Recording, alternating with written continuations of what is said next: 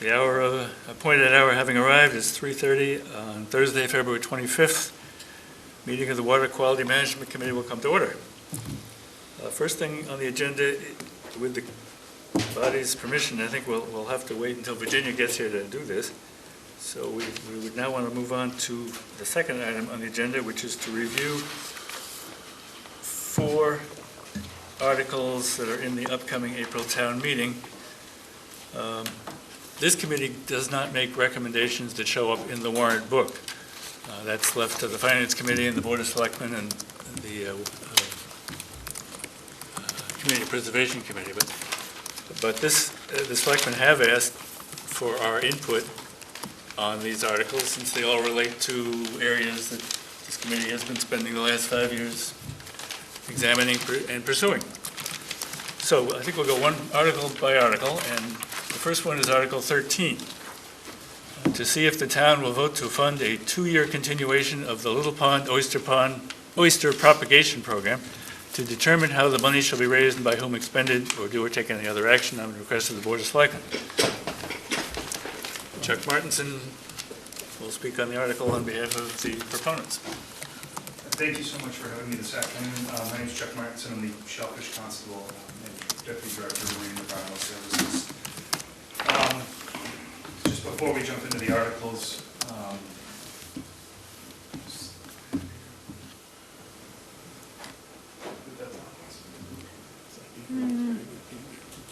If not, I'm happy to get it.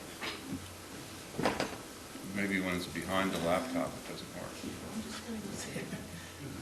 what I'm really here to tell you is oysters are sharp. Maybe your finger is in My finger to do the talking. Is that your trigger finger? It is. The oyster one. He's disabled. Just before we get started, I just wanted to, speak with the committee a little bit.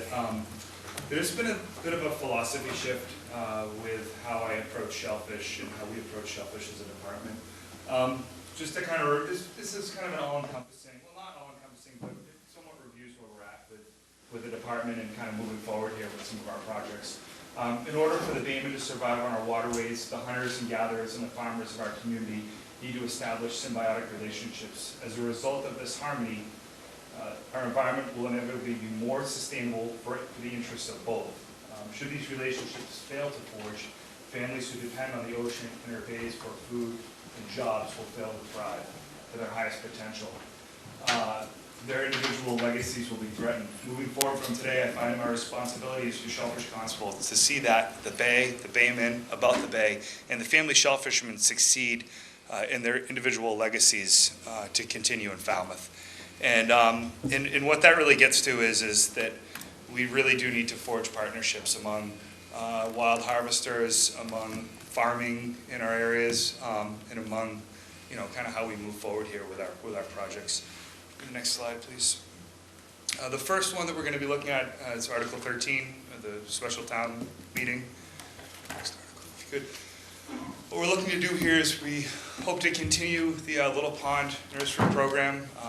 The oyster propagation project has been popular with both commercial and recreational harvesters.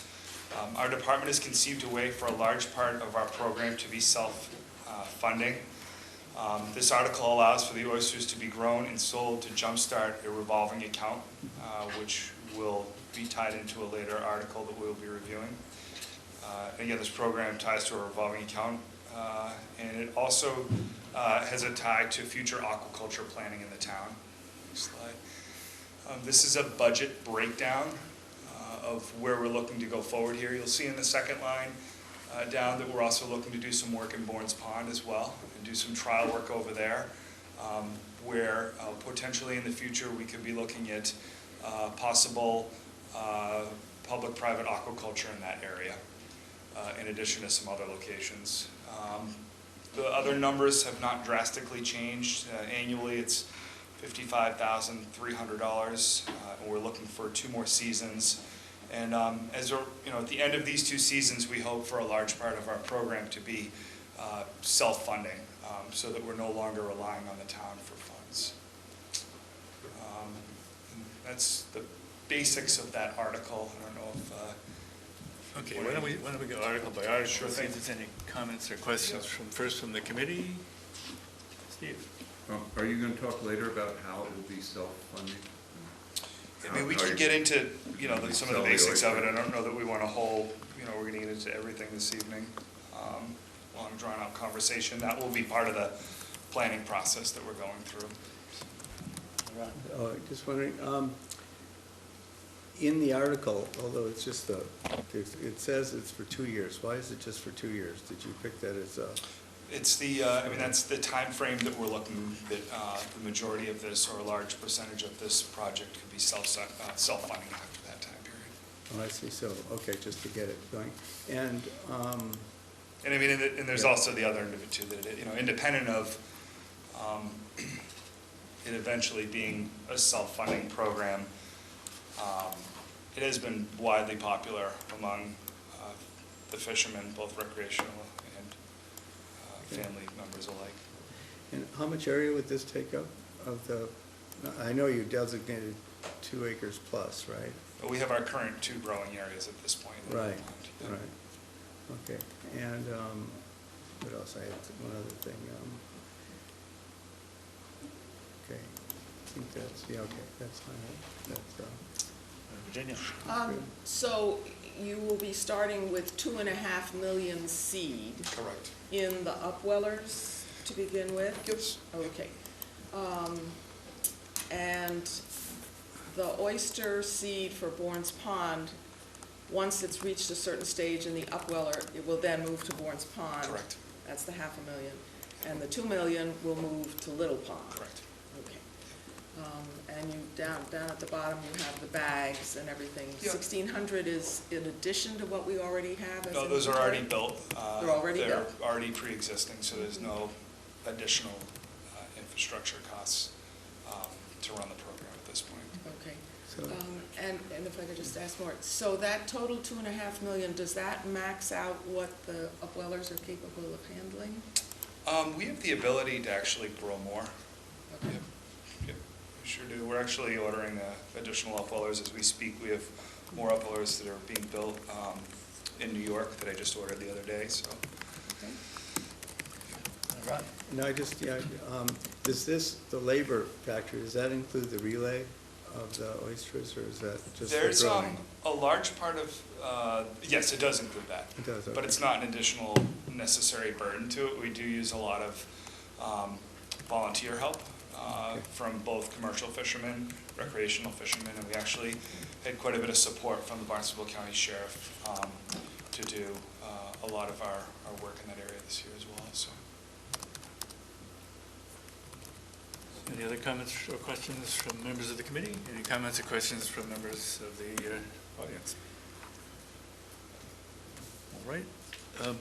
Maybe we should do all 3 of your articles and then discuss our position on them rather than pick each one along the way.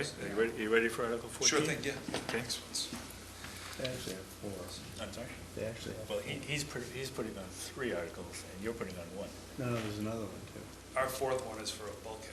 Yeah, we don't care about the bulkhead. No, I mean 13,000 for shellfish seed. It's in article, I'm not sure who's, it says something about the Conservation Commission, but that is Article 8 on the annual. Oh, that's the annual revolving account through Right. mitigation. The Conservation Commission for docks and et cetera Okay. can require mitigation. Yeah. It goes into the special account that the conservation Okay. oversees. That's an annual one. Is that what you're talking about? Yeah, okay. it just said shellfish seed, so I thought it was. You know, that's- That's what that is. Yeah, it's nothing to do with us. You do this every year. It's renewed It's an every year. administrative function of the commission when they Okay. when they go through on dock projects. Anyway, Article That's what I 14, let me just read it for the people Sure, here. Article To 14. see if the town will vote to appropriate a sum of money for professional/technical assistance with development of a town-wide aquaculture management plan to determine how the money shall be raised and by whom expended, or take any other action in the matter. There's, I think, one thing that everyone can agree on who has been through the rigors of getting an aquaculture permit in the town of Falmouth. There might be actually more than one thing they can agree on. The first of which is that it's very cumbersome to get a aquaculture site in our town.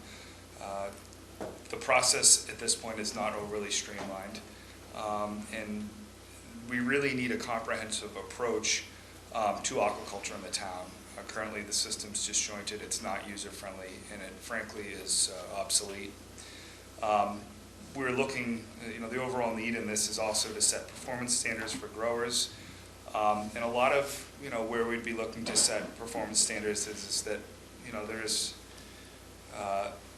areas where we can grow shellfish, and possibly, private industry might be able to do it a little bit better, but we want to set the bar as high as we can, and hopes are is that possibly with cooperation with some private growers, they could even do it better than us. We'd like to predetermine and permit areas for private growing to alleviate these administrative permitting demands for potential growers. And I can get into that a little bit more in the next, in our third slide from here. And in the last part of the overall need, in the past 6 days, we've had 4 different requests for private grants in the town of Falmouth.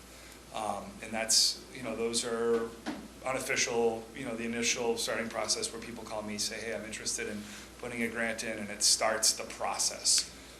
So there certainly is a continued need for that. The parts of the planning process, we'll be looking for contractual services to assist with assessments of area, outreach to stakeholders, which include all stakeholders, not just the growers or commercial fishermen or recreational fishermen. There's also other people that use these areas, boaters. We need to reach out to as many people as we can at the beginning to hear their concerns. Second part of this will be a draft which will be prepared, which will include hopefully the permitting of rotational areas where private aquaculture could be possibly done in. And then the third part is the final plan. One of the things that I mentioned about, you can go to the next slide, one of the things I mentioned about was the possible permitting of an area or areas where private aquaculture could have some involvement and possibly coexist inside our estuaries. One way to do this would be to develop possible rotational farm lease areas. We'd be looking to do these in approved areas. The future leases could possibly be available in Bournes Pond, Eel River, and Wacoit. And the general thought initially would be that these areas would be rotated and not used after for a minimum of 5 years. So essentially, we would permit an area, we would allow growing to take place in that area, we would seed shellfish under that area that was grown above, and then we would move the gear to another predetermined and pre-permitted location, and we would allow commercial harvesters to come in and harvest the shellfish which we seeded underneath the gear. The symbiotic relationship we have there is that the farmers are working the top and mid-level water, and our shellfish that we plant would be beneath it, and we would have some level of protection and policing that would be taking place with the growers on top. Having an area that's, we move around also allows us to adjust where we have our growing activities take place. If we see an area that water clarity is more important, we could adjust for water clarity so we could support habitats, including eelgrass, which are important to other species such as scallops, and so we could, really stretch it to the max. The amount of acres we would not exceed, and that's the number we need to come up with as a kind of a blank there. We need to talk as a community what our growing potential is and what we can do.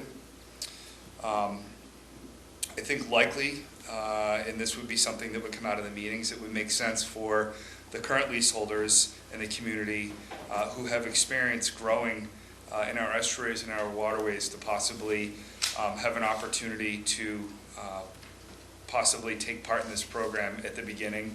They've got the expertise. I feel that they'll also be important in our discussion as we move forward.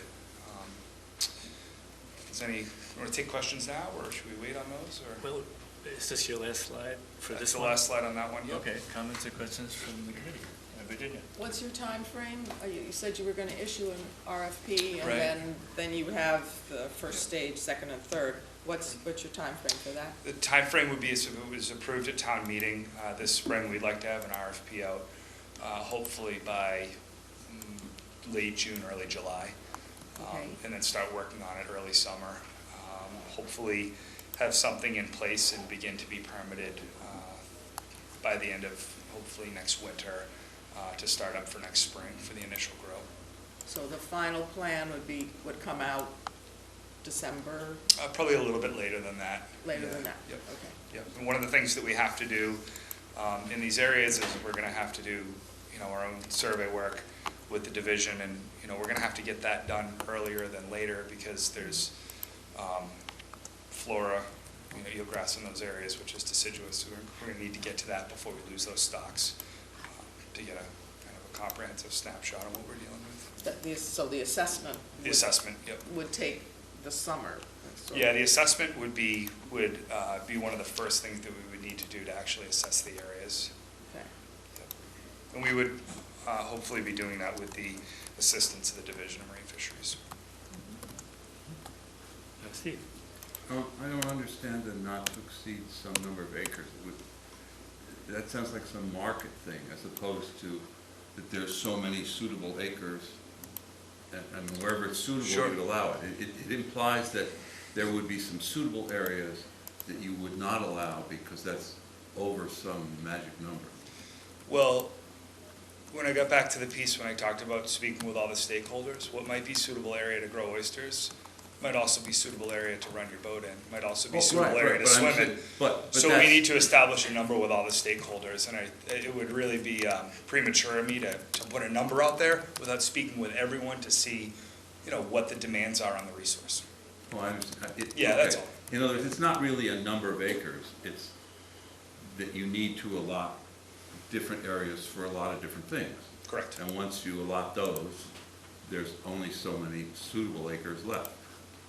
Correct. Okay. I mean, we have to, look at navigable channels, we need to look at mooring areas, there'll be obviously concerns with conservation that we're gonna have to work with.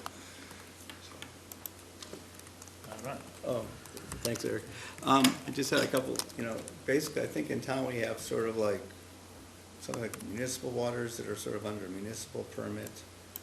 And then, is that right, like the estuaries are kind of under, or Everything that falls within 3 miles of our coastline is the jurisdiction of the town. of the town of Falmouth, okay.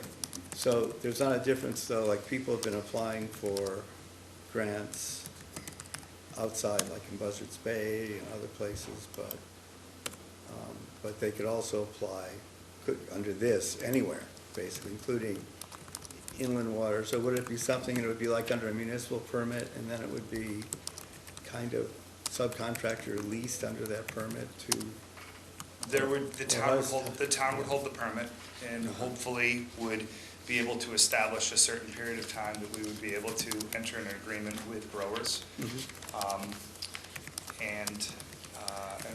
Obviously, if you're making investments, anyone's making investments to be growing in these areas, they need a commitment on the town's end as well.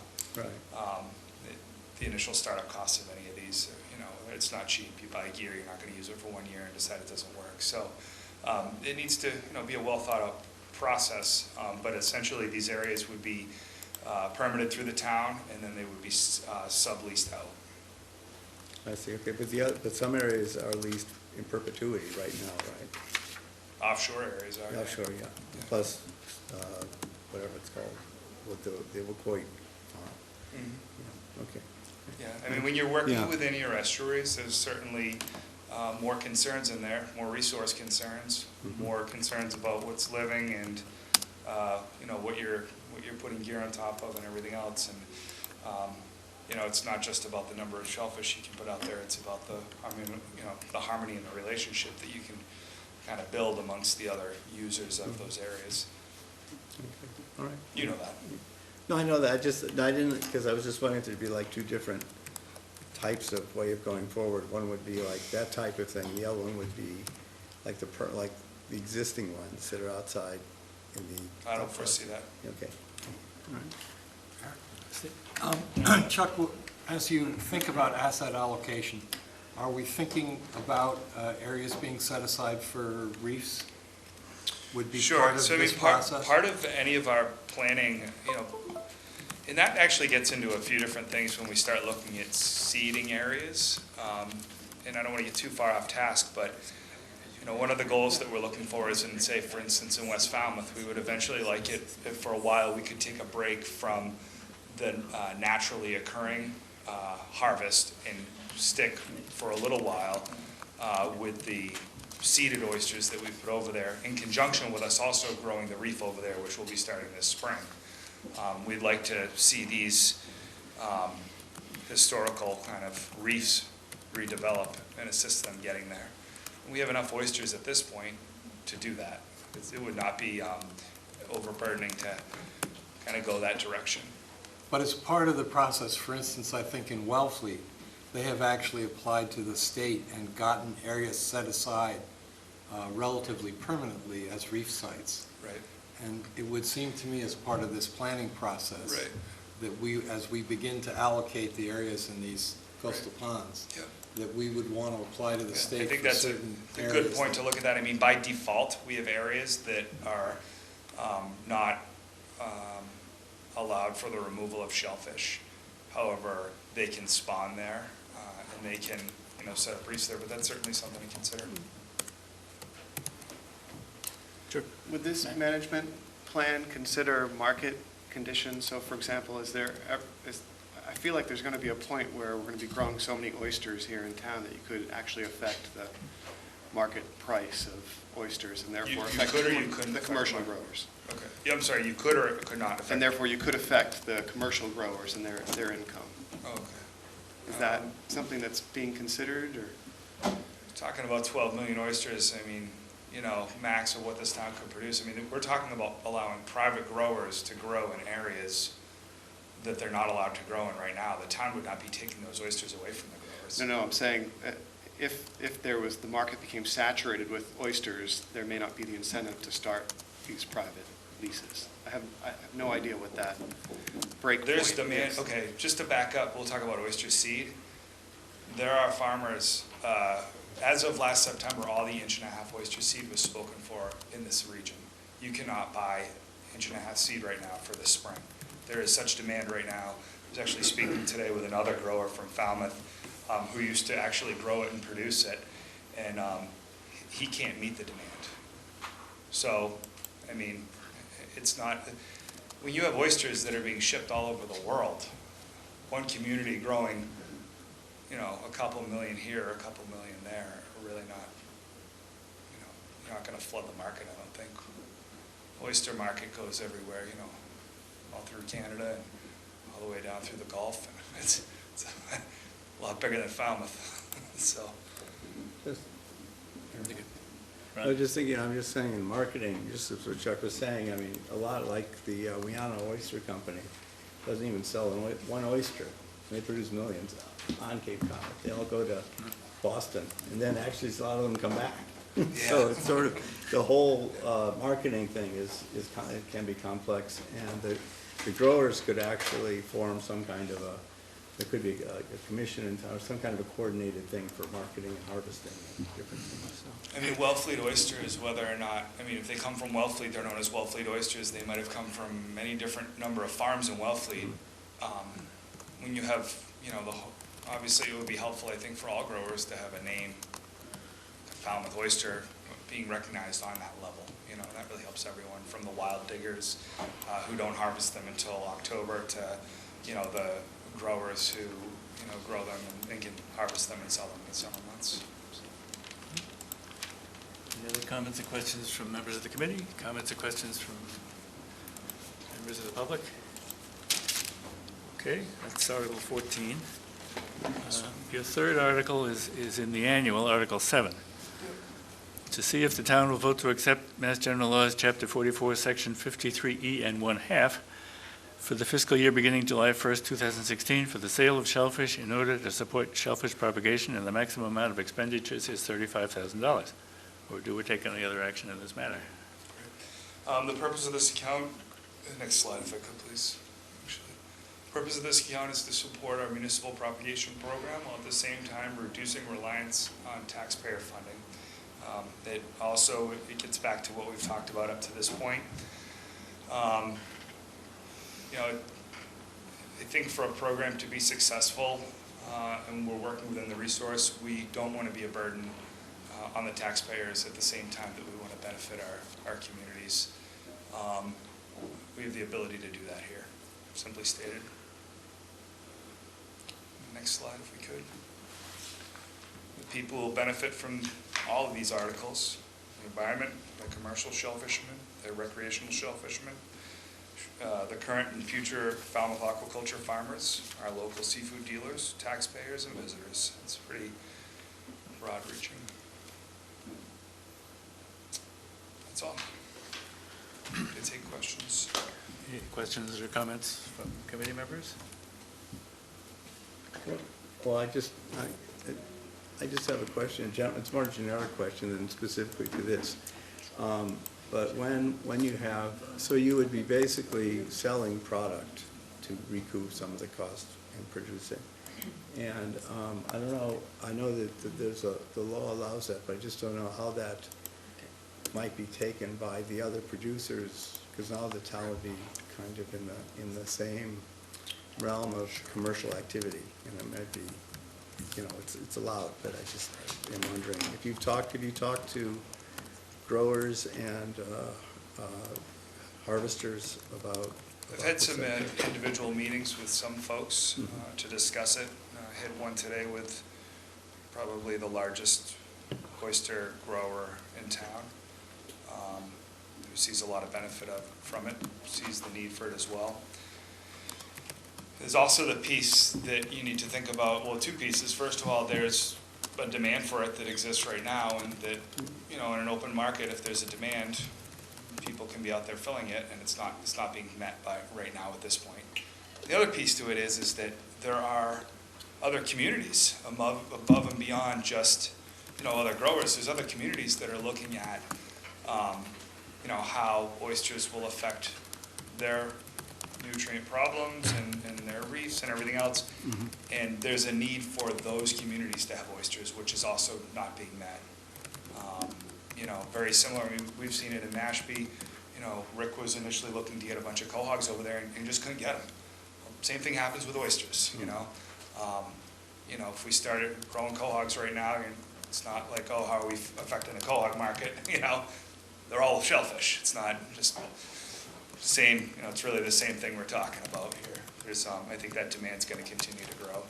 And secondly, one of the benefits of this is that the oysters which we use and we plant in the wild for wild harvesters, there are different demands than the demands that are there for the commercial growing operations. And those are such that oysters, which are the studs, can come to market that second July.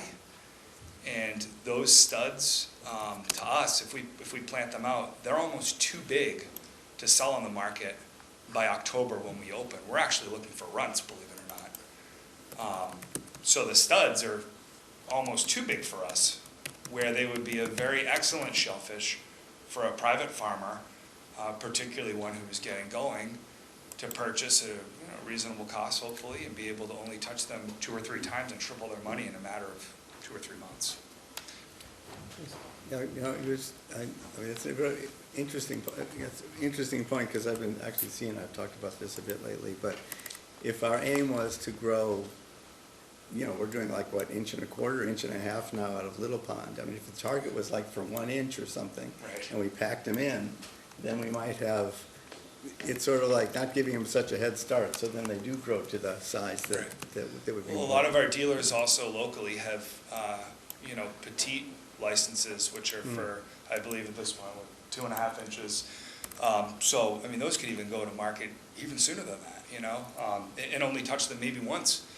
It also helps out a lot of the people who currently have farms independent of how we'd be looking to, work with the shellfishermen in areas that, it's difficult for them to overwinter them because of the depth that they're at and everything else. A lot of the liability would actually be assumed by the town, but we have the ability to take on that liability because of the areas that we'd be working. So. Any other comments or questions from the committee? Any other comments or questions from anyone else? Thank Okay. Okay, Article 26 is not yours, it's Ron's. Oh, yeah. We, Supporting these, or? I think we'll vote after we've heard Ron's presentation, if that's okay with the committee, and we'll take them all up at the same time. Okay, this is Article 26, to see if the town will vote to advise the Board of Selectmen to authorize the formulation and to finance a 3-year nitrogen attenuation and water quality monitoring program in Bourne's Pond using free cash and/or the funding allocation available under 2011 Spring Annual Town Meeting warrant Article 17 to improve water quality and meet the nitrogen total maximum daily load, TMDL, for that estuary using the shellfish nitrogen mitigation option, or do or take any other action in this matter on petition of Ronald D. Zweig and others.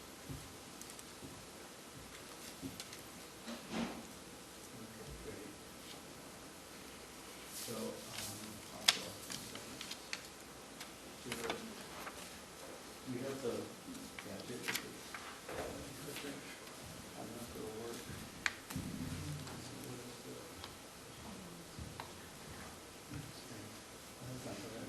No. That's the one, that was the one that was given me. I didn't realize that. Well, there we go. That explains it.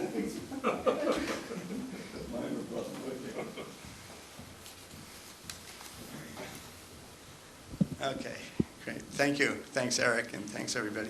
Thank you, Chuck, too, for a very good presentation. I think you're going to see a lot of commonality in what the two articles I wasn't aware you were coming up with, especially with the Little Pond article.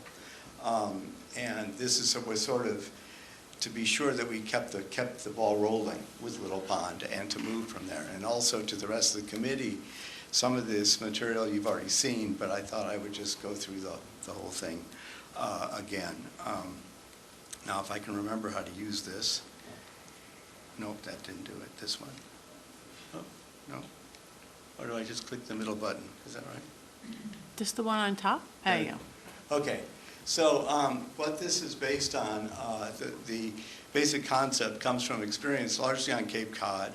And it's a combination. I know that Chuck's presentation just now was more on production and those dynamics and moving ahead that way through public activities as well as the private activities and even partnerships between the public and the private interest groups.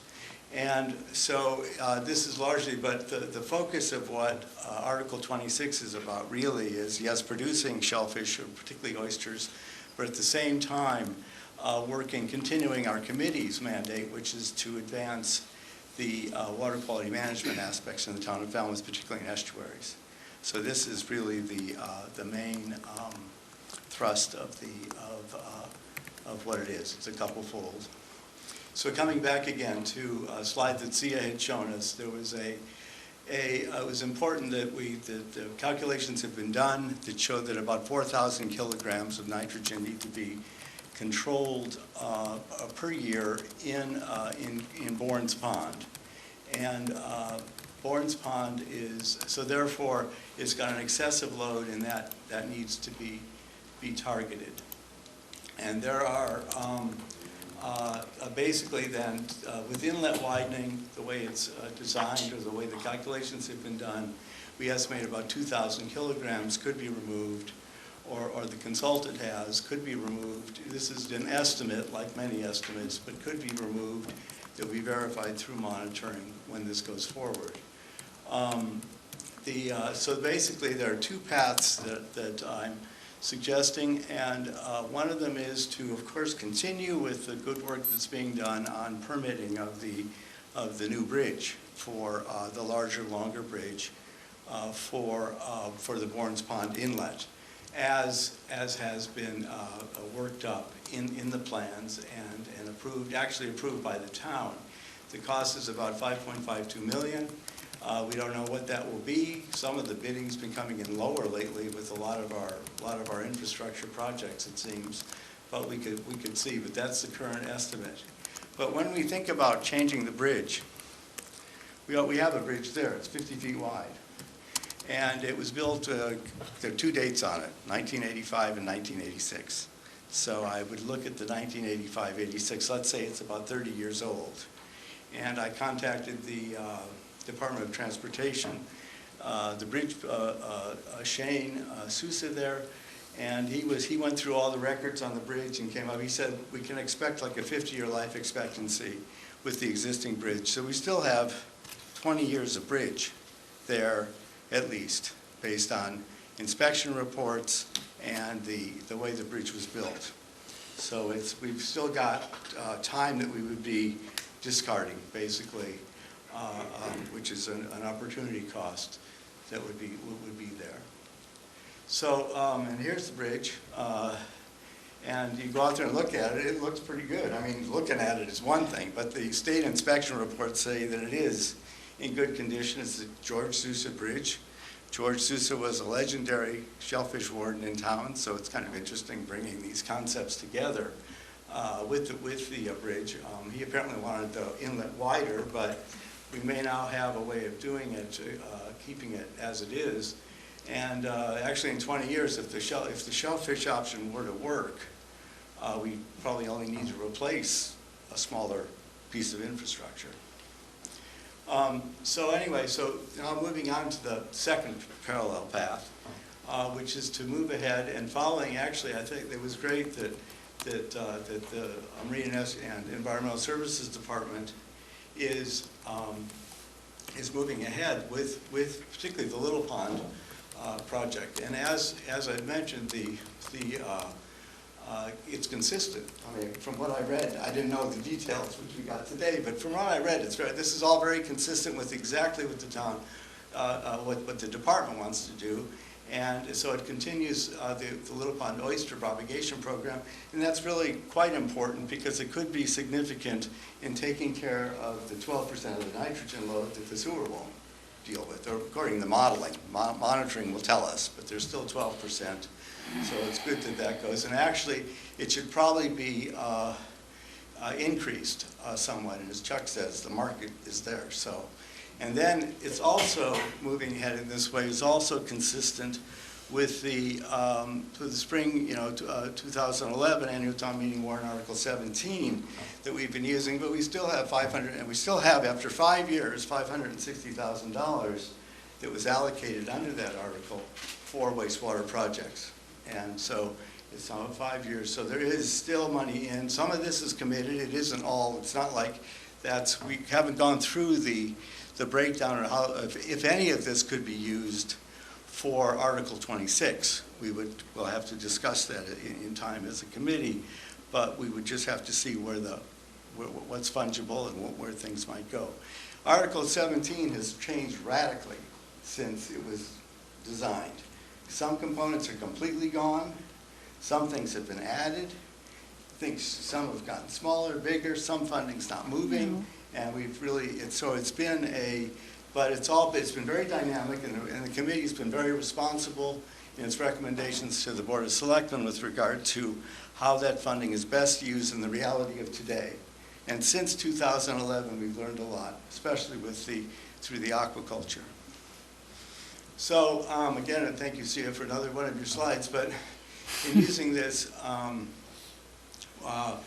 we're working basically in terms of the aquaculture with about 260 kilograms of nitrogen per million oysters. Not quahogs, actually, but particularly oysters at, say, 3-inch size. That's more of an aquaculture size.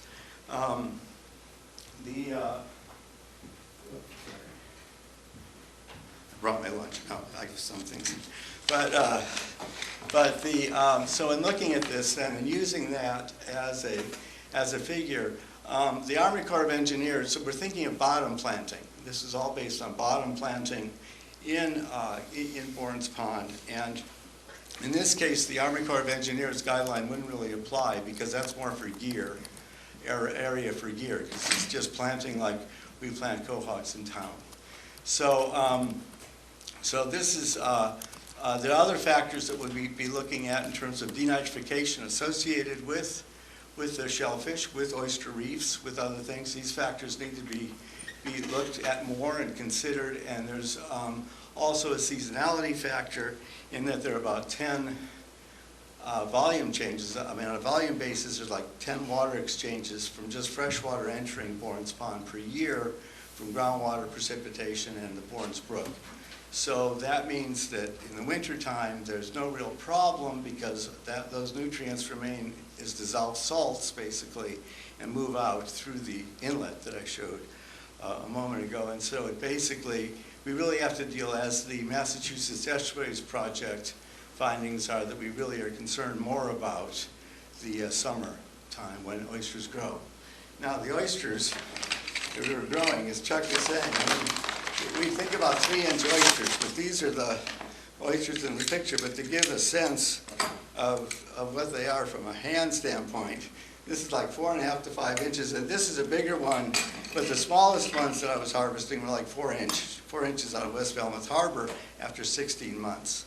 So they do grow quickly, and there's some variation, of course, in size, but most of the ones that were being collected were all in this sort of larger range, 4 to 4.5 inches, which is sort of closer to what the Mashpee size consideration was. An important thing that's happened since 2011 is that there's the Mashpee Wastewater Management Plan that includes a significant component for shellfish aquaculture. And significant in the sense I was talking about 52 million shellfish, okay? Quahogs and oysters are in this plan. It's been certified by the state as a way to move ahead, find out if it's going to work. So it is a very robust, and it's, as Chuck has said, big plan. So it's a very ambitious one, more so than what we're suggesting here clearly. But it shows that there's been state interest in this, and as the Secretary has certified the concept, well, you know, it has to be proven still exactly, but these are the figures of, they had 500 kilograms per million oysters, and see, you know, the idea is that perhaps our oysters won't actually grow this big, but they have been going pretty well. So anyway, but there are different things, and you can see the different savings, okay, that have been done. There's like 90 million within the town, and then for the whole watershed in the town, it's $140 million in savings from infrastructure costs by growing shellfish. That's the idea, and they say it's conservative. We don't know exactly, but this is something that is very, very, very significant. Oh, actually, here's the money slide. Sorry, I didn't get to it. I went ahead. So this is like a $90 million in savings and then $140 million in savings, or probably $60 million in savings for the full watersheds. Again, with and without aquaculture, these are the comparisons, and this is what you can find in the Mashpee plan. So, so when we look at this, if we're going to work with the 260 kilogram figure, which is the conservative one for the smaller oysters that has been done by the county for aquaculture, they've done a lot of testing, versus the Mashpee ones, which are, again, we're looking at this very conservatively. Falmouth would require about 14 acres of oysters and 153 acre Bourne's Pond. But that's without the seasonal factor put into it, which we'd have to work with the state and move ahead as a demonstration project to show it. But with the seasonality factor, it could be 7 acres, 7 million oysters a year, could very well deal with the entire excess load on a seasonal basis, again, when the problem needs to be resolved. And so anyway, the Mashpee figures are not really directly relevant to this. But we could basically target like 50% of the total load, which is really impacting the estuary in the summer when it warms up and there's a lot of sunlight for plankton growth. So, so the way I would see the program, it really is following much of what Chuck has suggested, but it's a 3-year program. That's why I asked why is it 2 years? It's a 3-year. And the first year, I would see if it's you know feasible to move ahead, is that we would do about 3.5 million instead of the 2 million. move it up to about 3.5 million, 1-inch seed in Little Pond, in about 2 acres of growing area roughly. And then in the summer, we would, this summer, 2016, we would identify planting areas in Bourne's Pond, and then in the fall, we'd plant 3.5 acres in Bourne's Pond with 3.5 million oysters. And in 2017, we would then escalate a move up to 7 million, again from Little Pond, but we may actually be able to grow some, and we'd have to look at this over the next year on whether we could get a permit and permission to grow also in Bourne's Pond, and that would eliminate the seed, grow the seed in Bourne's Pond, and that would eliminate the relay, the transport factors. So we could just have them there and let them go. And they would grow. Following, another important part of this too, and you mentioned the word rotational culture, Chuck. What it could be is that we would have 7 acres like that would be planted in 2017, and there's an additional 7 acres that would be planted in 2018, and that initial, so every year you'd rotate, and then you'd have the harvesting going on alternate years in those areas. The way you plant cohawks now, in some areas, and you close it off, and then the second year, people have access. So it's sort of picking up on the town's practices and our experience with Little Pond and what your Article 13, I think, wants to do as we move forward. And then in 2018, we would continue basically the rotation and keep it going in that way. Now, this would be just not a policy or an institutional thing in terms of how it would be done, because the plan could look at how the private sector could move in, but we would have this going on, maybe a third parallel path, providing information that could be used in developing the plan. So, I don't know how to get this going, but this is fun. This is basically what sorry, let that go. I'm trying to, well, anyway, I was trying to get the, I'm sorry. Could I ask a procedural question? Yeah. Ron, do you have any more presentation to make? No, I just have a couple more slides, but not many. You have It's been a long- photos? What? These are photos? Yeah, well, there's just yeah. Let me see if I can get this to work. Let's see, page down. Well, while you're doing that, I want to apologize. I had difficulty finding a parking place, and so I see that people are here for the first agenda item, and I recognize you've been here 45 minutes at least. But, okay, well, all right, I'll just move ahead like this. I don't think we need to see any photos. Right, okay, we won't look at the movie, but this is fun. Chuck has been the leading, he's in the water there, but this is the planting of the oysters, which is basically just throwing them out over the water. Everybody's laughing. It's a really amazing experience to see. So Maybe that has something to do with the town meeting warrant article, but I don't know what it it is. does. It absolutely does. Because this is what would happen at Bourne's Pond. They'll be throwing out seed and they'll be happy. We got it. Just as we did, and it was just done. That's from West Falmouth Harbor. So in conclusion then,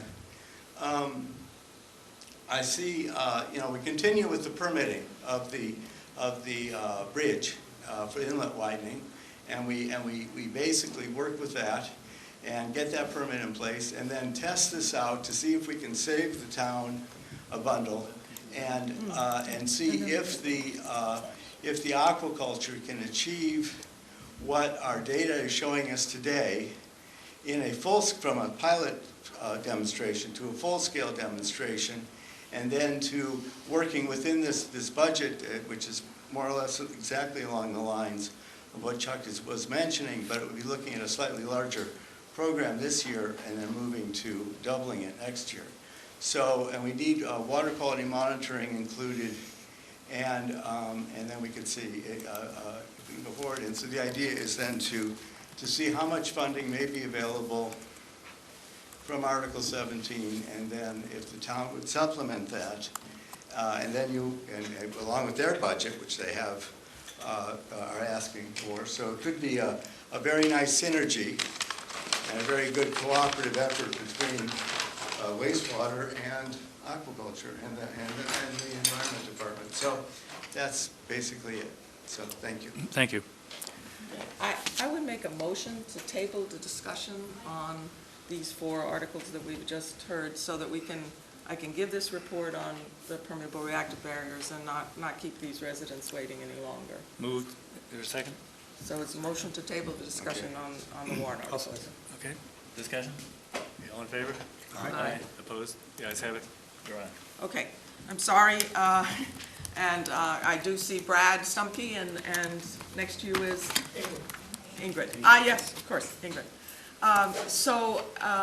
The EPA grant that provided, at no cost to the town, installation of monitoring wells on Sailfish Drive and Fisherman's Cove has taken the next step forward.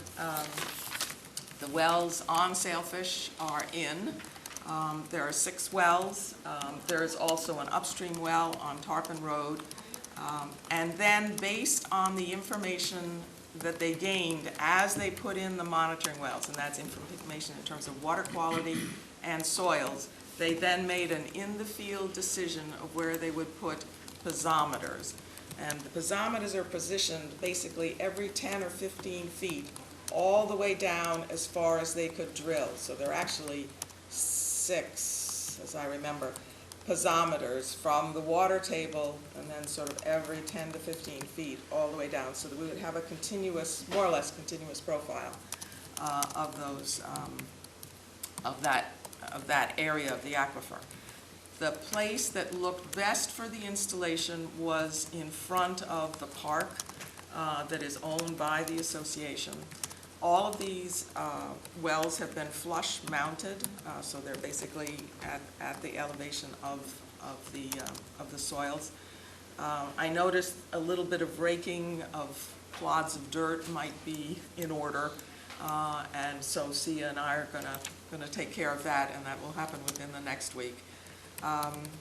There was some painting of the grass, which I believe is gonna, it's just, vegetable dye, and it should disappear shortly.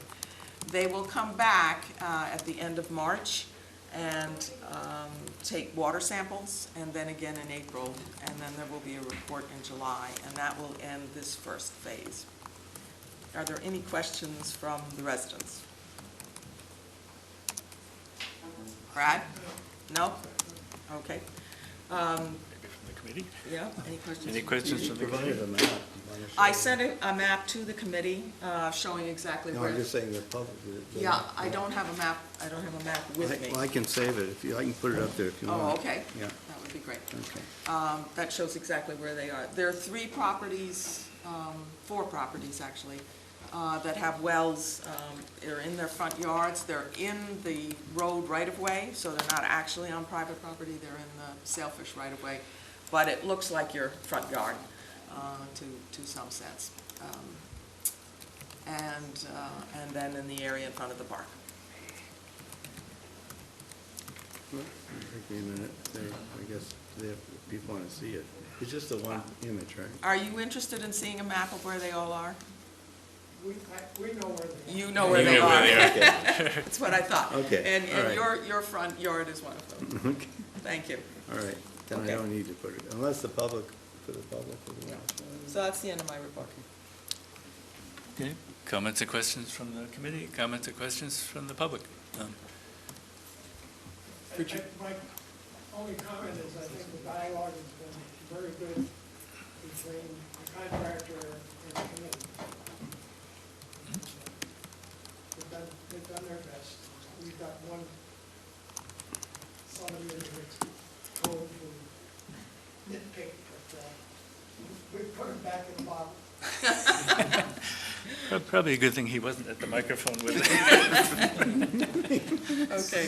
So Virginia, Yes. will we get both nutrient levels and groundwater flow rates out of this, or just nutrient levels? We will get nutrient levels. Groundwater flow rates. Probably not, because Piezometers, isn't that what they do? We are gonna get, There will be some kind of flow data. Direction. Yeah. we're gonna get direction, and I think we're gonna get, I think we're gonna get flux. We will get a groundwater map.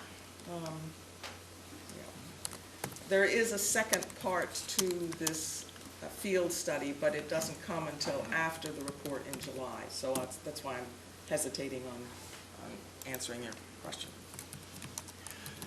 Okay. For the general public who may not have followed the details of this, what we're talking about doing here in Falmouth is installing permeable reactive barriers, which would be some form of either electronic or some medium that if you put it in the ground perpendicular to the groundwater flow, it could intercept the nitrogen and stop it from getting to the estuaries. It would obviously cost a lot less than sewering an intensively developed neighborhood, and we're very excited about the possibility. This is an EPA grant that is actually doing this work, this preliminary work, in the town of Falmouth, in Fisherman's Cove, as we speak. And I think it's fair to say we're ahead of any other place in Cape Cod in that regard.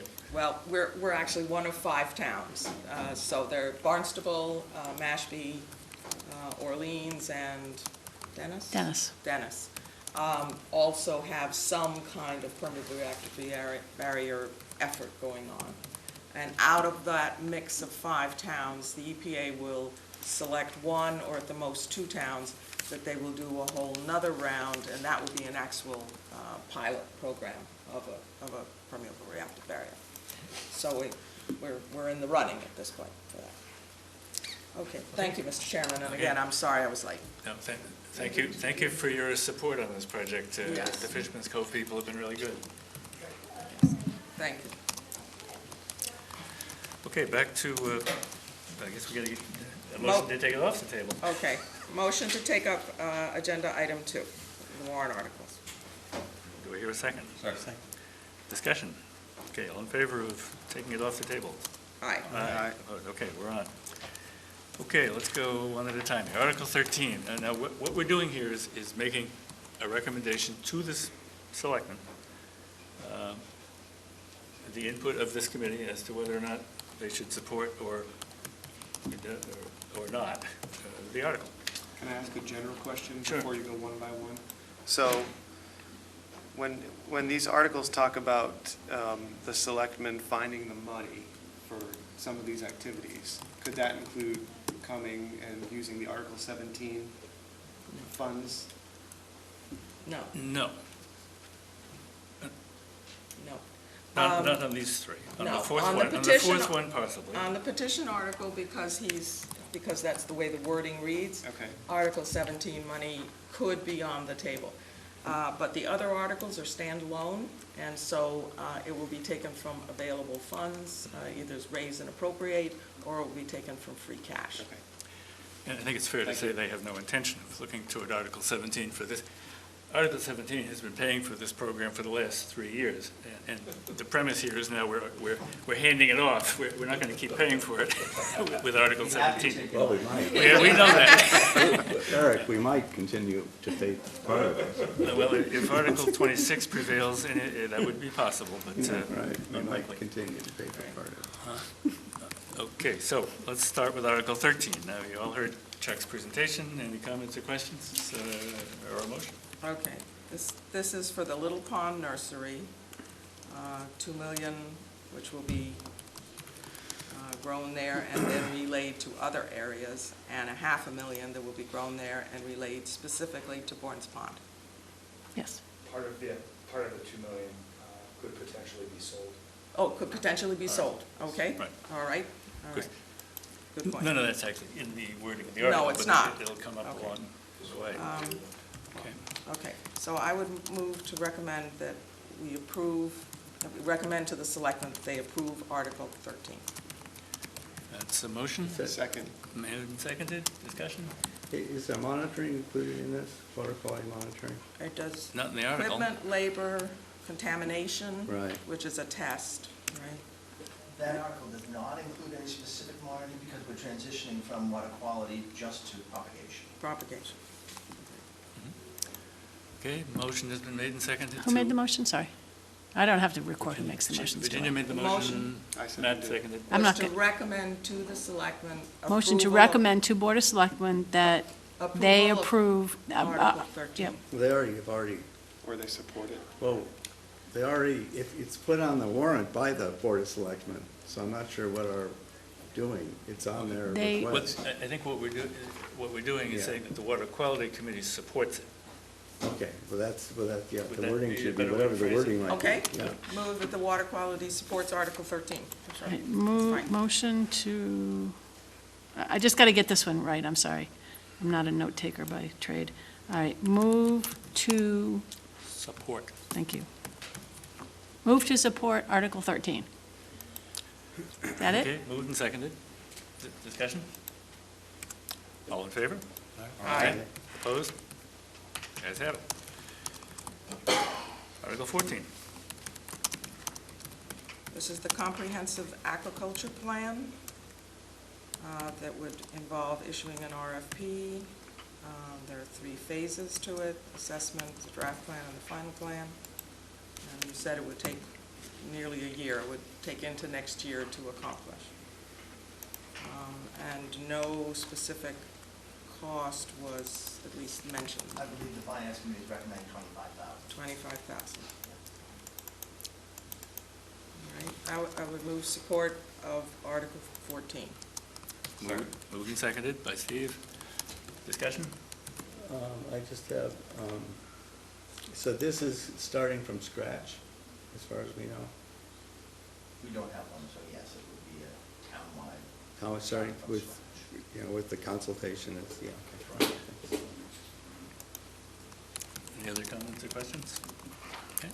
Is there a hearing process involved in this? I would assume You post a draft, or Sure, there'll be a number of hearings. We're gonna have to go in front of the Conservation Commission, have public hearings, and then in front of the Board of Selectmen.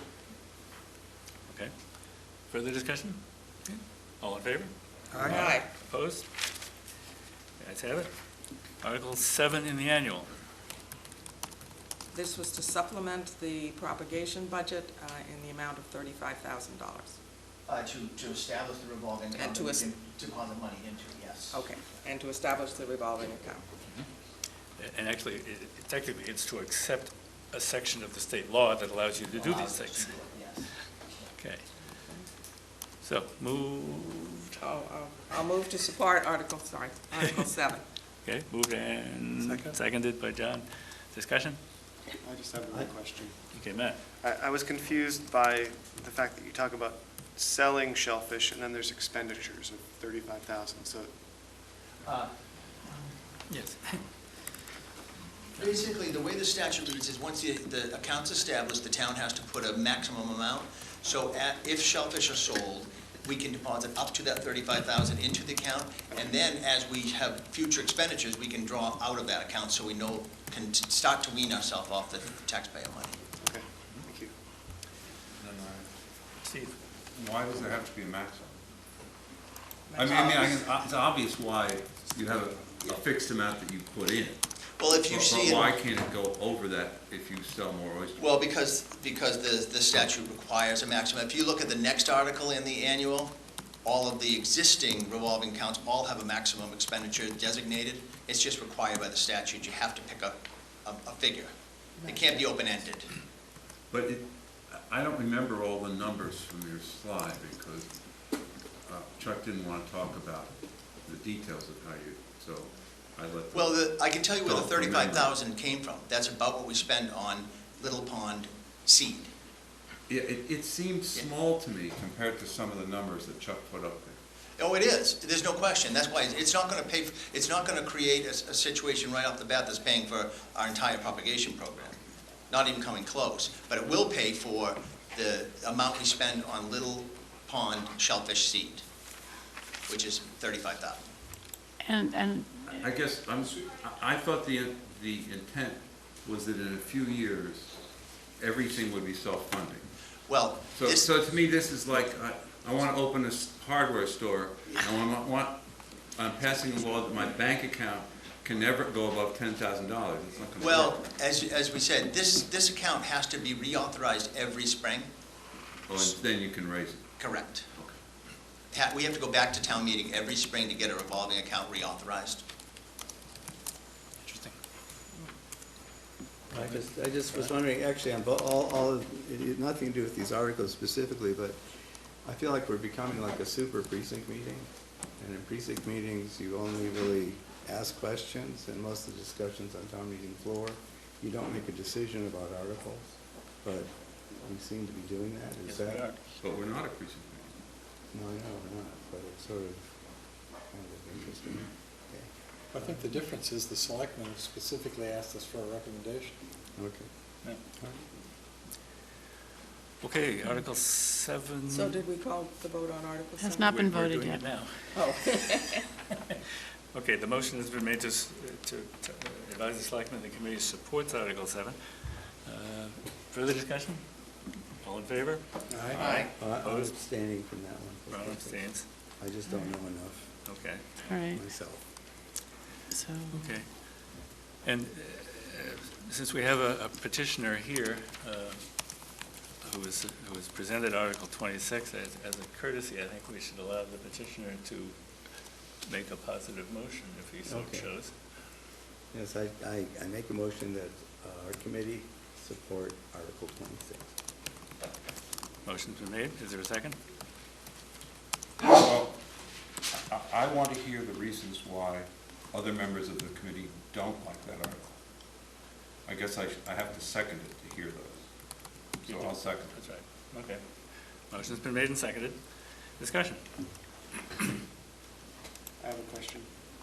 So what would we learn from this project that we don't expect to learn or haven't already learned from the Little Pond project? Well, okay, the major part that we would learn, first of all, Little Pond, we need more, we would really need more monitoring of Little Pond to satisfy, I think, DEP with regard to nitrogen reduction credit.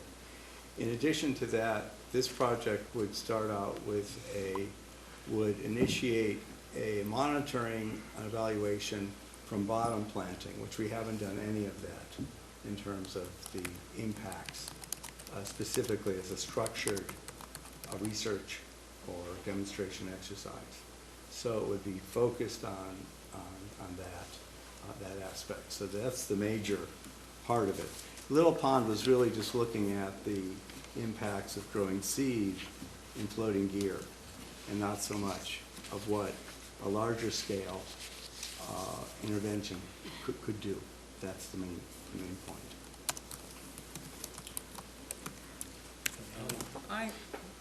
John?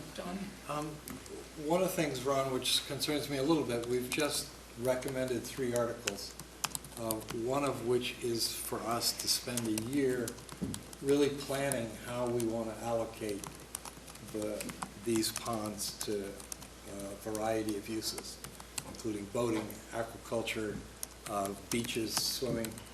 And it seems to me that before we start a major project in one of these embayments, that we ought to have that plan in hand and have figured out exactly what we want to do in Board's Pond and how we want to allocate those acres which are available.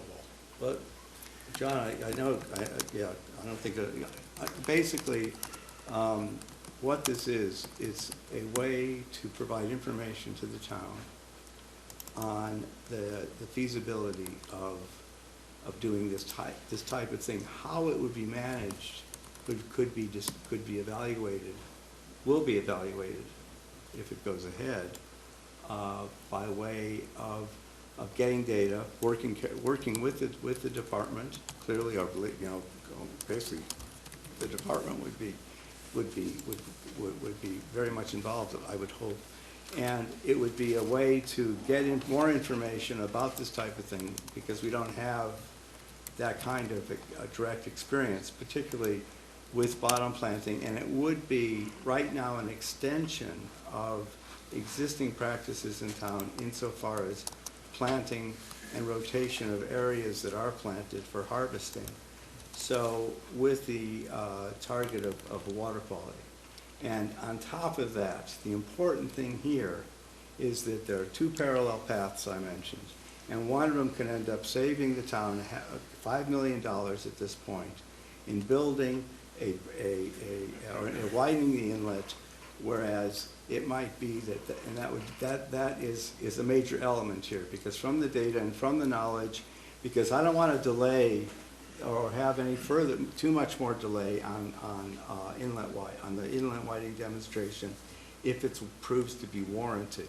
So we might have a 1-year period beyond which the bridge might be contracted. And if that works out, we may have very well a smaller piece of infrastructure in probably one of the most vulnerable areas. And Ray Jack has indicated that he envisions. Let's keep these answers a little I short. have to give a full answer. You don't have to explain what Ray Jack thinks about global No, I'm warming. just saying, no, it's not about inlet widening. It's about climate change and the fact that there's more or less an understanding that the number of coastal storms we may be impacted by may not change, but the intensity of them will be increasing, and with sea level rise. So if we can avoid putting the town in a more vulnerable position by looking at a softer approach, thereby we can help guide the town with regard to water quality management in Lawrence Pond and reduce the financial burden to Falmouth. Any other comments or questions? I have some comments. I think there are two things that trouble me about this, Ron. The first is that the information you presented to us was back in January 14th. And it was done while we were discussing the notice of project change. We were actually working on the draft. And the way you presented the information at that time had to do with the project timeline. After you'd given more or less the same information you gave tonight. And then you made a motion. And that was that we change this estimated project timeline to start construction. I didn't make a motion. I'm sorry, I'm reading from the minutes. No, I couldn't have, because it wasn't on the agenda. Oh, it was on the agenda for the No. for the bridge, for the The bridge. motion Yeah, was yeah. to approve the report. You you made an amendment to that motion to include that this table be changed, so that the project timeline would be changed, and that it would not proceed with construction contingent on shellfish propagation findings, and you had presented that you wanted 3 years. The amendment failed, 7-0, says the motion, says the minutes. And then the main motion passed, which was the report that we sent to the state. So my sense from the beginning is that it is your intent to delay the bridge for 3 years. At the same time, you are saying that the permitting should continue, and I certainly agree with you on that.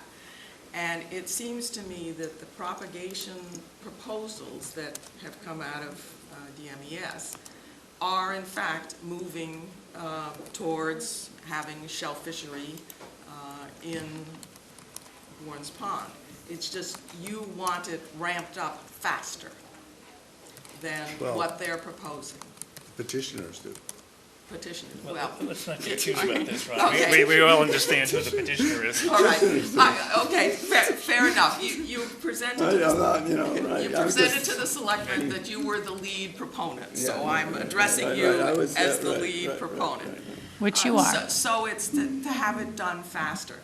I think that the reason that all the work that this committee has done in all of the different aspects of the alternatives is that we have proceeded carefully and on a factual basis. And so to plant 500,000 in Bourne's Pond to find out will they grow there is a very logical next step. And we know that we tried to grow them in Quistit Harbor and we had problems. So it's a legitimate question to say we need to find out will they grow there. and call Well- that the feasibility study. So But we'll ramping find it that up. out this year. Okay, but your article asks for 3.5 million this year, and Yeah. then 7 million next year. So that's why I say, we're headed in the same direction, it's just that you want to go much faster, and I think that's unreasonable, because we don't yet know the areas where we can grow them, whether we can actually get that many. Okay. And, let me finish. Virginia did not interrupt you, and you were not to interrupt her. So I'm Agree trying with to point out in a factual basis Yeah. why I have issues with that. The other thing that I have issues with is financing it through Article 17.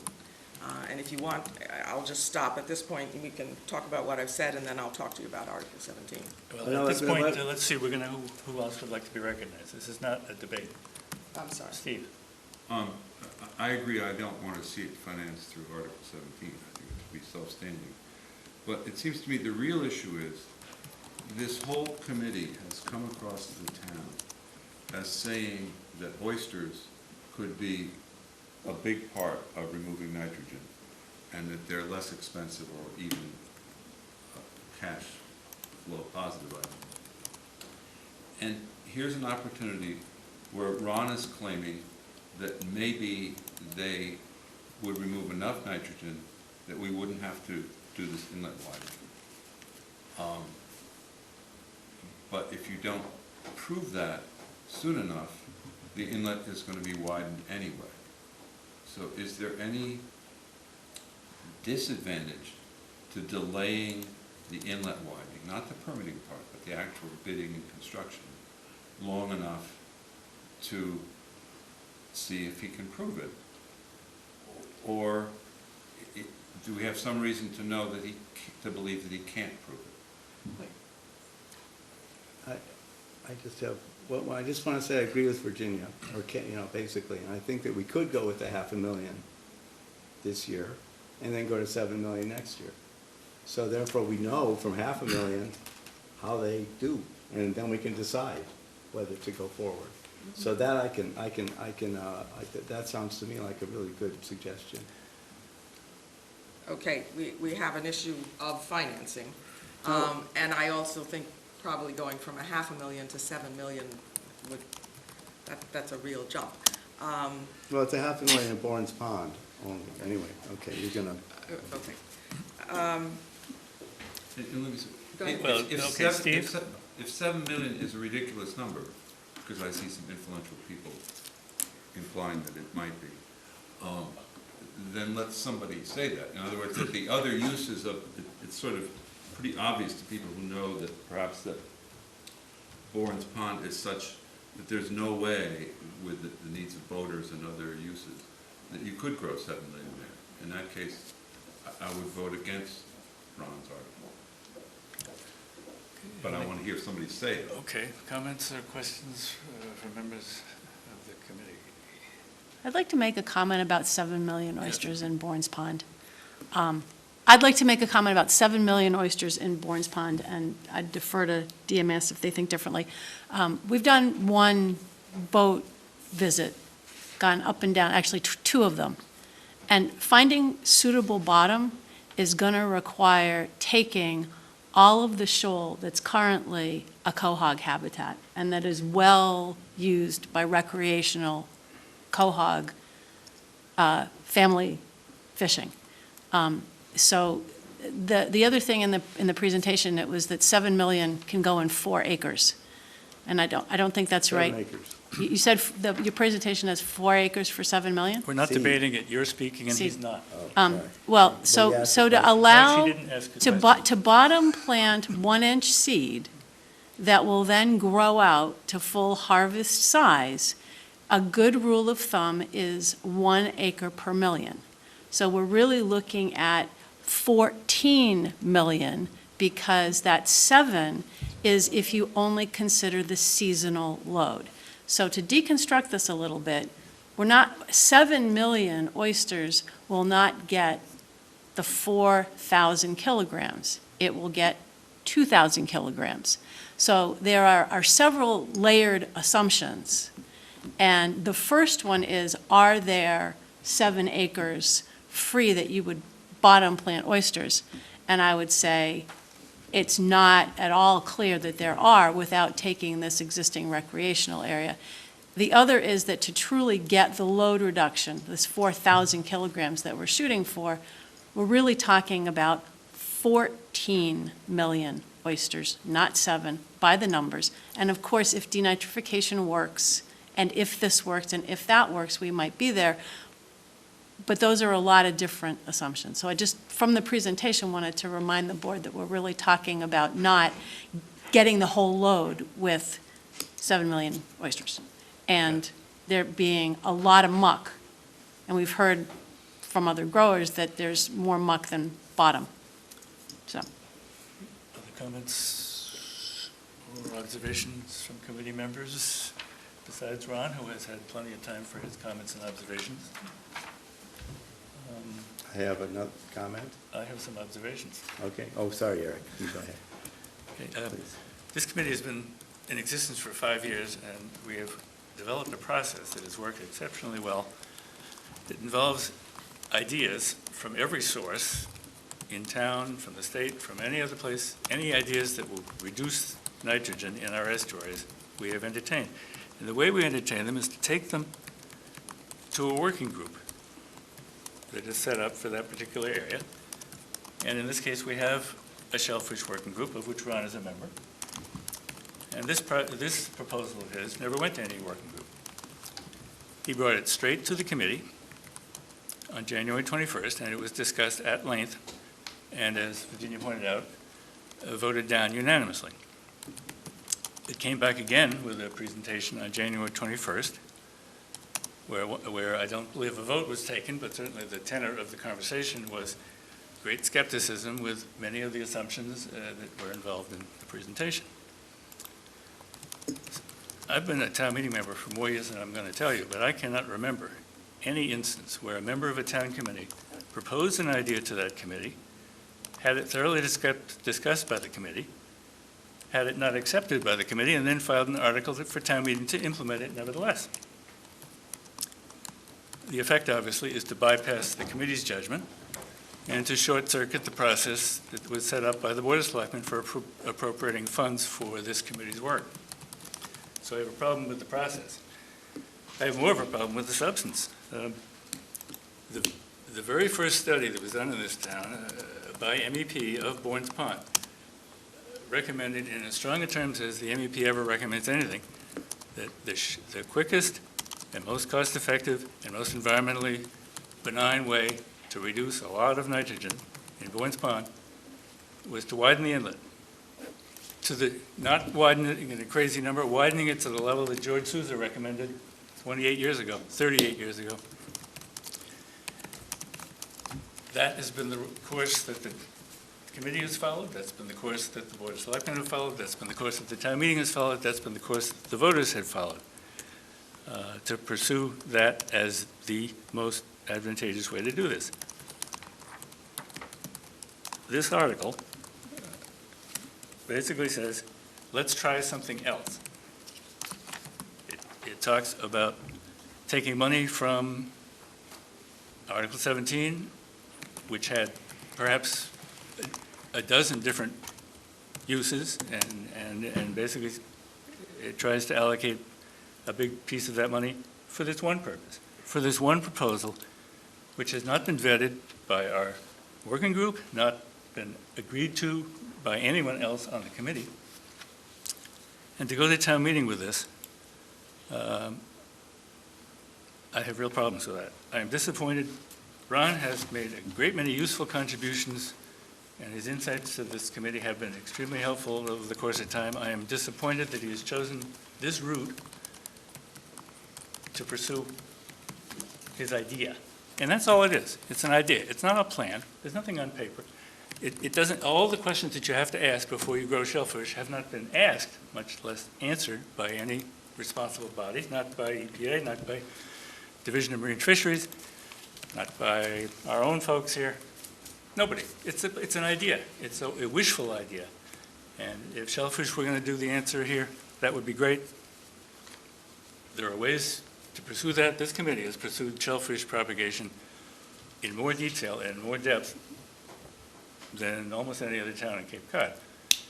And we will continue to do so, but I think this goes way beyond anything that we or the selectmen or town meeting should support. Ron? Thanks, Eric. Appreciate the comments, but I think that I'd just like to clarify a few things. One is that on your timeline, I did give a presentation on the 14th, but to be clear, I did not give a presentation on the 21st. Town meeting warrant article closed on the 15th. I had very little time to do something that I thought would be a benefit to this committee based on the knowledge that we've had and in considering the inlet widening project. On the 21st, though, I did say that I had filed, that was the next week, right after I filed the article for consideration by the Board of Selectmen. That was on the 21st. That's all I noted, was that it had been filed as a what do you call it, a placesaver, or there's a term for that. The term is placeholder. It Placeholder. is not a placeholder, it's an article. Well, whatever, okay.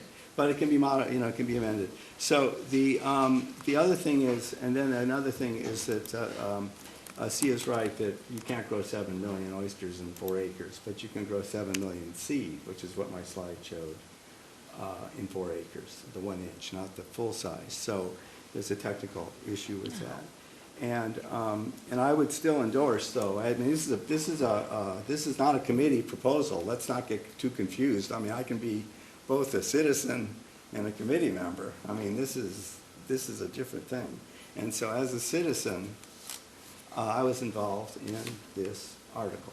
Okay, and the Board of Selectmen had asked us as a committee to comment on it. And so I think it's a good idea, I think that's fine, if the committee comments and does whatever the committee wishes to do on anything it wants to do. So, I just think, but I think that needs to be really clear, is that, that this has come up. We have a very tight timeline before us with regard to looking at these 2 alternatives for Bourne's Pond. And I think it's worth quickly to explore it so that it isn't something that so we can plan further in advance. The sooner we know, the better of how to proceed. That's all I have to say. Any other comments or questions by members of the committee? If not, the motion has been made and seconded to support to recommend to the selectmen that the committee supports Article 26. All in favor? All right. All opposed? Opposed? Okay. Next item, we have, you get the numbers there. 1, 2, 3, 4, 5 to 1. Mr.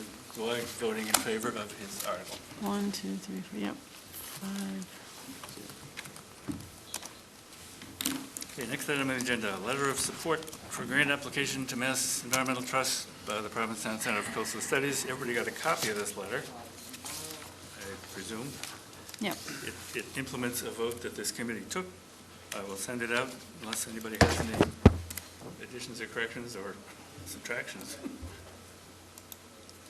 Okay, hearing none, well, I don't, this doesn't even require, I guess it does require a vote, all right. Discussion?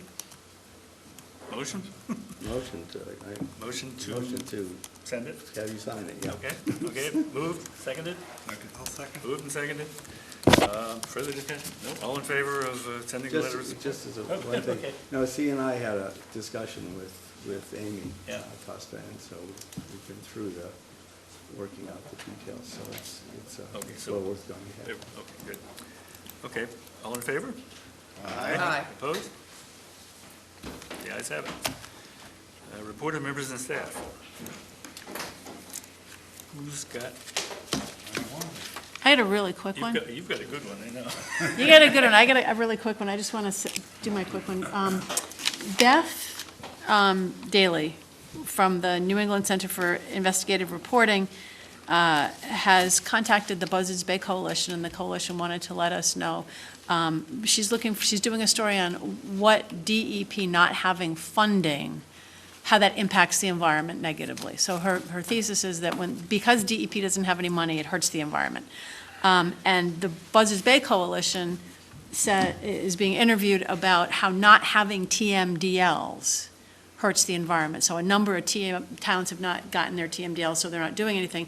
They're going to showcase West Falmouth Harbor as what a town does when they do have a TMDL, and that's why TMDLs are important. So they're going to be looking at West Falmouth and all the great things that the town of Falmouth is doing to restore that estuary as a showcase for why DEP should have more money to do more regulation. Just wanted to let the coalition wanted me to let the committee know. How is this information going to come out? It's going to be a newspaper article A newspaper article? or magazine article or something. Well, the chair will note that Falmouth has no lack of TMDLs. No. Right.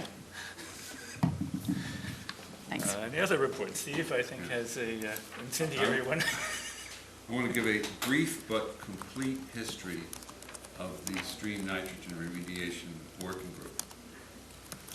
It was formed, I think, less than 2 months ago, and it has been a wonderful working group. The people in it are great to work with, and I have immensely enjoyed it.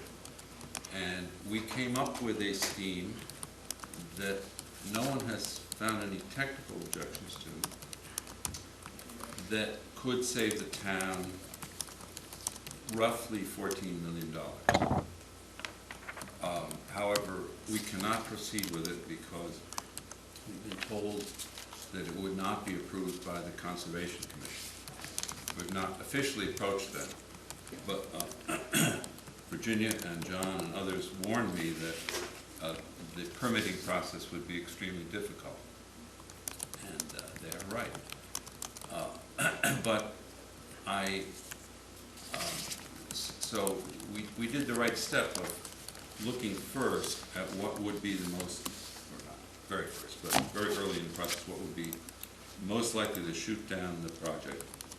And that was ComCom. Talked to a subset of ComCom,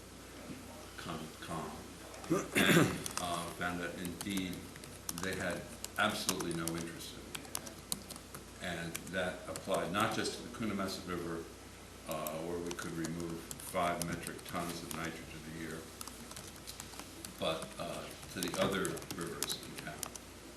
And this was disappointing. And the point I would hope could be made, I understand a little bit that ComCom has special powers. But when you're talking about tension between one kind of conservation and restoration and remediation versus another one, it seems it's a shame to me that it can't go to a higher body such as the selectmen, who could have some mediation power between 2 different town committees. And just theoretically, you would think this must happen all the time between different town committees. It's sort of analogous to the Supreme Court.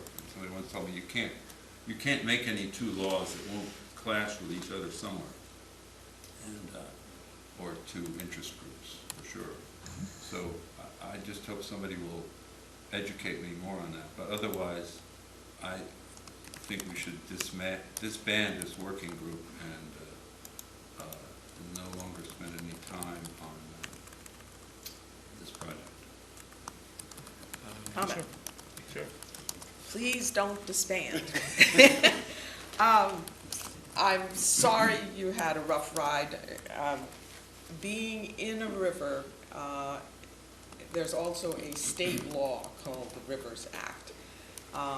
And Coonamessett River is also a herring run. So they're just, I mean, you picked the hardest place to start. So that's the first thing I want to say.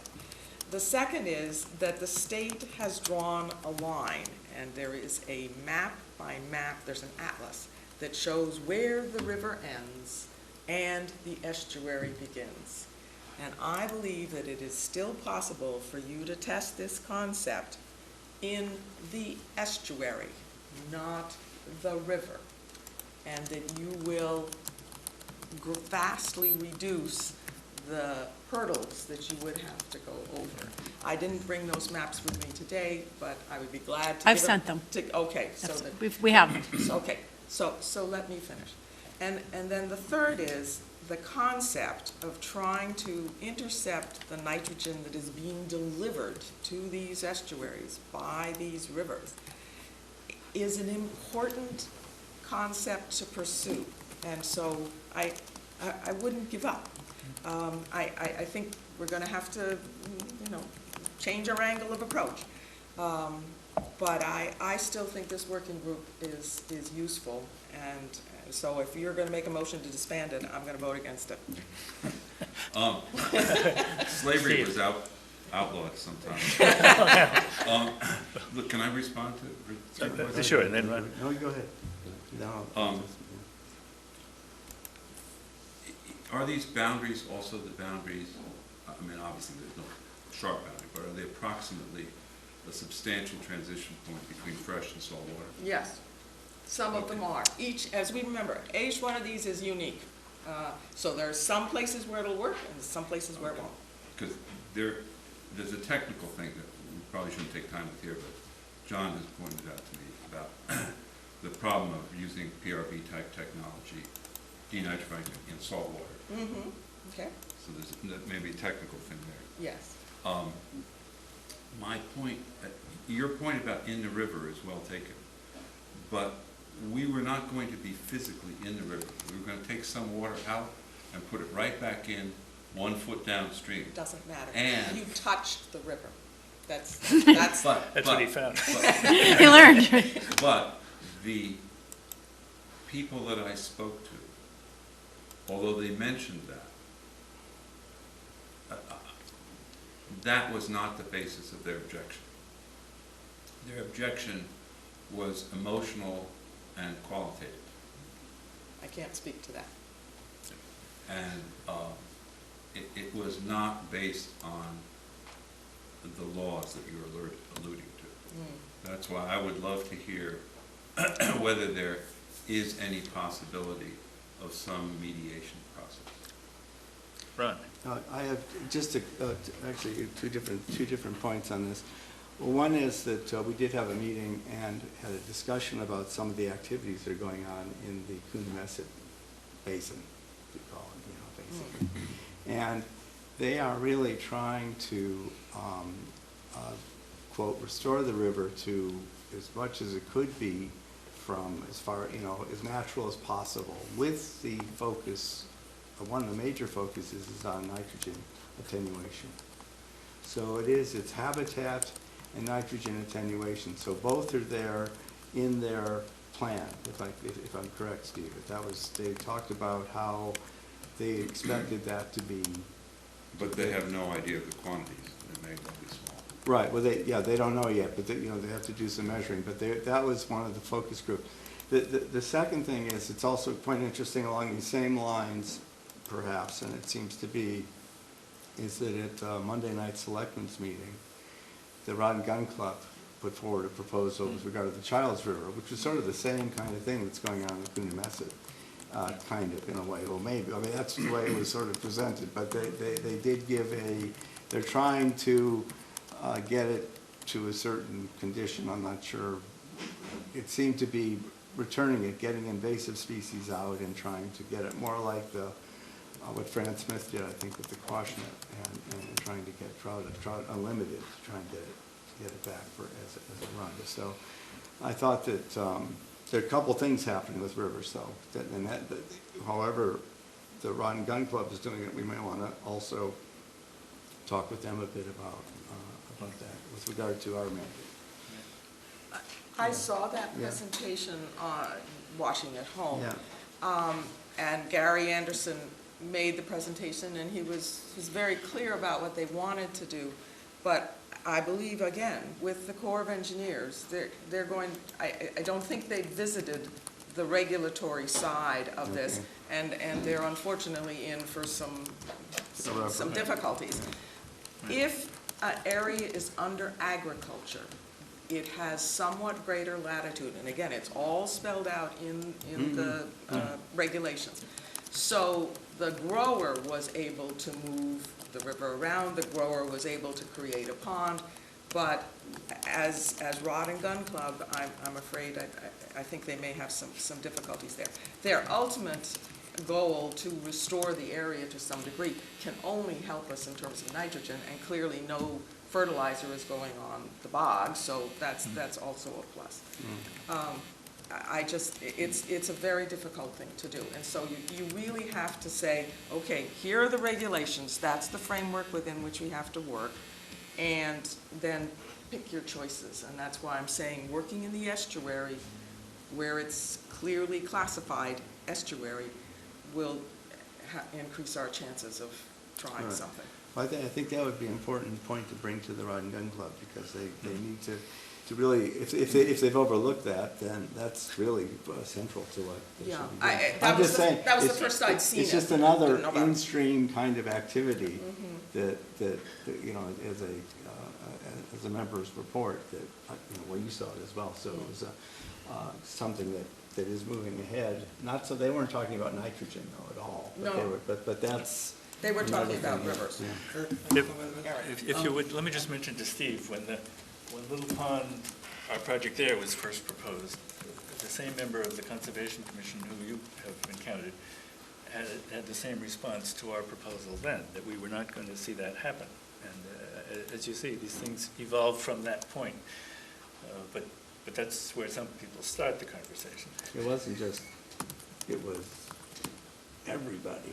So it wasn't just it was like, it was. The project is there. You I was there, remember this, I mean, yes. we had a meeting that of Yep, it'll never 30. The Coonamessett River Restoration Project is fairly well developed. Yes. And they have gotten a lot of grant money. They've developed a plan which is at least at the 25% stage now. They intend in the lower bog to change the course of the river, put meanders back into it. Apparently that's already permitted. And as they've chatted about that, and Chris Neal was pretty articulate about it, they think they're going to get some considerable nitrogen remediation when they do that. The leaf litter is going to fall into the stream. So it's going to do a lot of what Mill Pond is doing in the next thing over. There's some discussion about, for instance, bypassing Pond 14. A lot of the river runs through Pond 14. I would assume we're getting a pretty good denitrification allowance through that. Now, if they divert for the reasons of fisheries so that they don't go through Pond 14, that'll change things a bit. And one of the things which was suggested, which I think is a good idea, is, I mean, we have some MEP monitoring at the base of the river. Yes. But it would be sort of interesting to know before they start diddling around, what happens if we look at north of Pond 14, south of Pond 14, and a couple of places in middle and lower bog at the nutrient level, so that we can see what's going on now and what may happen after that remediation occurs. And the other point, which we haven't, you know, in our reports to DEP, we haven't really mentioned the fact that this Coonamessett restoration is going on, and that even though we don't have a numerical number to put on it, there clearly is going to be a nitrogen benefit to that project, and at least needs to be in part of our narrative as we discussed with Completely DEP. agree. Yep. The other thing which we just chatted about briefly was there are still in the lower bog all of those east-west drainage ditches that still exist. And there's also a drainage ditch that runs along the western boundary, north-south, that's still there. One of the things which, and Chris was fairly receptive to this, one of the things we might think about doing is filling those, when they fill those ditches in, fill them in with wood chips, put one of those biofilter over them, maybe even a little styrofoam to keep them from having heat, and just letting them be a passive denitrifying system that's part of that.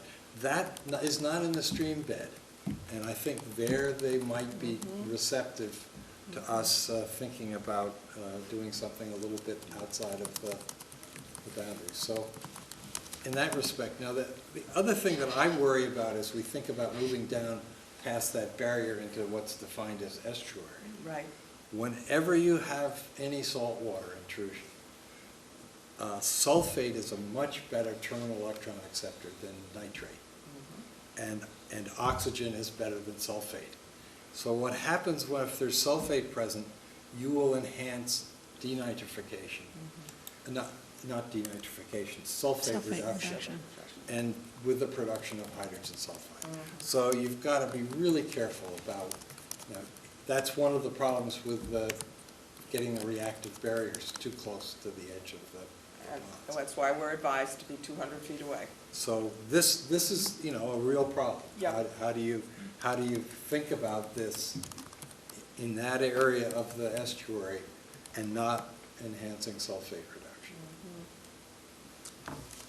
I agree with everything that John just said, and I want to throw this out in case it gives anybody else an idea. It occurred at the meeting that since they were actually moving the river to create these meanders, and dig a ditch and tell the river to go over there and not where it is now, you could in principle dig it a bit deeper than you intended it to be, put in a hemi-cylindrical layer of wood chips, and then whatever river bottom you want. You then have a PRB that's as close as to the river as you can get it, without the problem of salt water.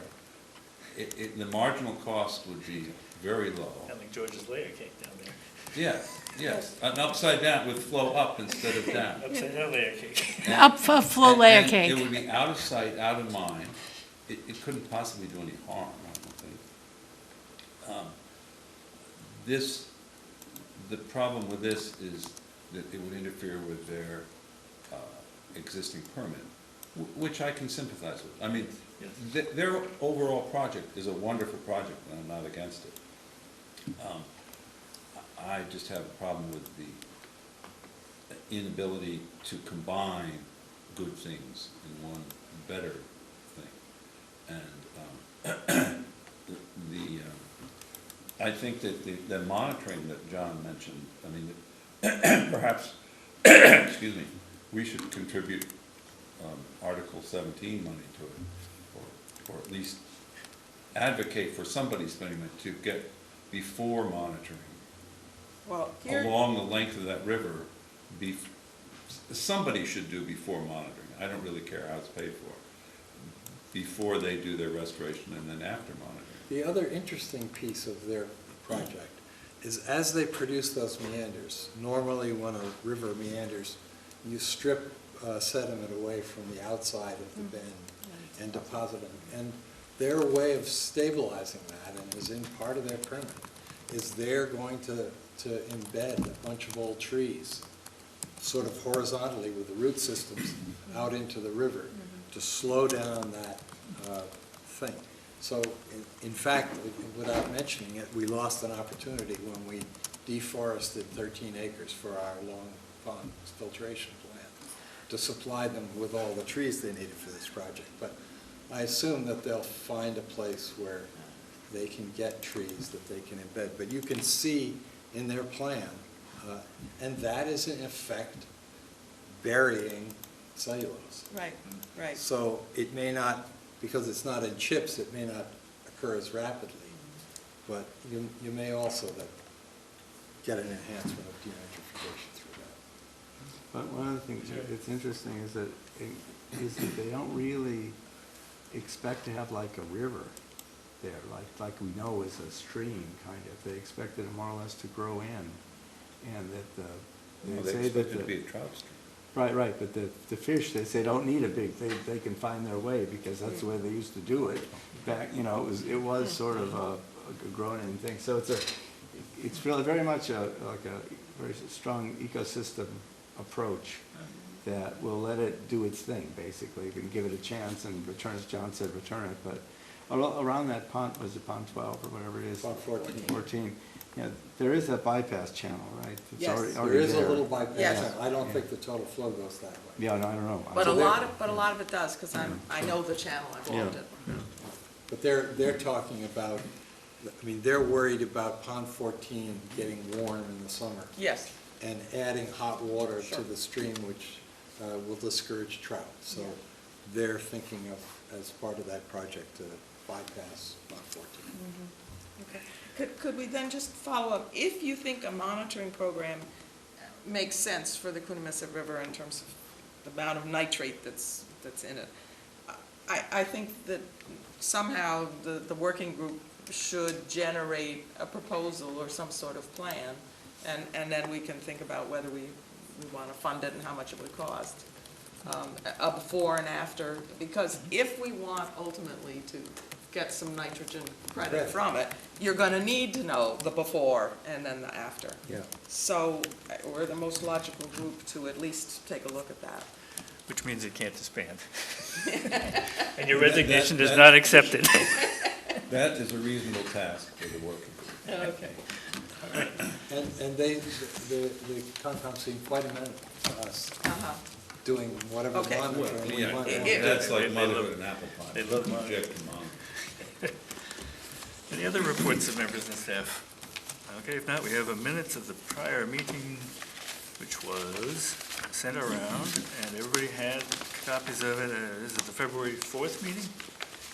Okay, any additions or corrections or amendments to the piece that was mailed around? All right, a motion to accept the minutes will be gratefully approved. Appreciated. Moved by Steve, seconded by John. Yep. All in favor? Aye. Opposed? No, the ayes have it. Next meeting, March 17th. That used to be St. Patrick's Day Still or is. Evacuation Day. Still it is.